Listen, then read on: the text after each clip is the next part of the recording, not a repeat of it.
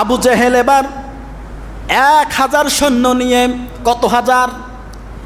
1000 সৈন্য নিয়ে মুহাম্মদ রাসূলুল্লাহর বিরুদ্ধে যুদ্ধ করার জন্য মক্কা ছেড়ে মদিনার দিকে আসছে, বদরের প্রান্তরের দিকে আসছে।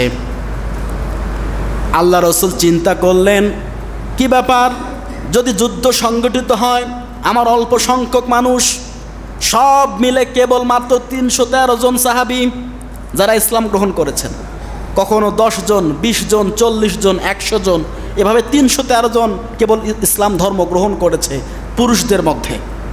তখন মুসলমানদের সংখ্যা অনেক গুণে কম। আল্লাহ রসুল চিন্তায় পড়ে গেলেন, কি হবে যদি আমরা এই যুদ্ধের মধ্যে পরাজিত বরণ করি, তাহলে ইসলামের নাম নিশানা এই পর্যন্তই মিশে যাবে। আল্লাহ পাক রব্বুল আলামিন তার হাবিবকে জানিয়ে দিচ্ছেন, ও রসুল, বসে থাকা যাবে না, তোমাকে যুদ্ধ করা লাগবে।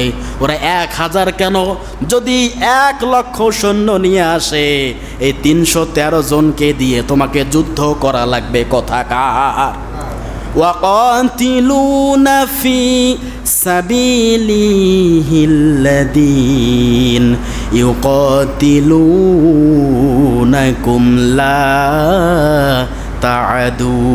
আল্লাহু আকবার। সূরা বাকারা 2 নম্বর পারা 2 নম্বর সূরা 24 নম্বর রুকুর 190 নম্বর আয়াত।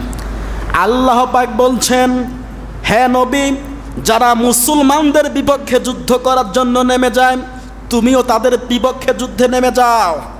হত্যার বদলে হত্যা করো। ওরা যুদ্ধ করতে আসছে আর তুমি ললিপপ চুষবা না, তোমাকেও যুদ্ধ করা লাগবে, সংখ্যায় কম হোক বা বেশি।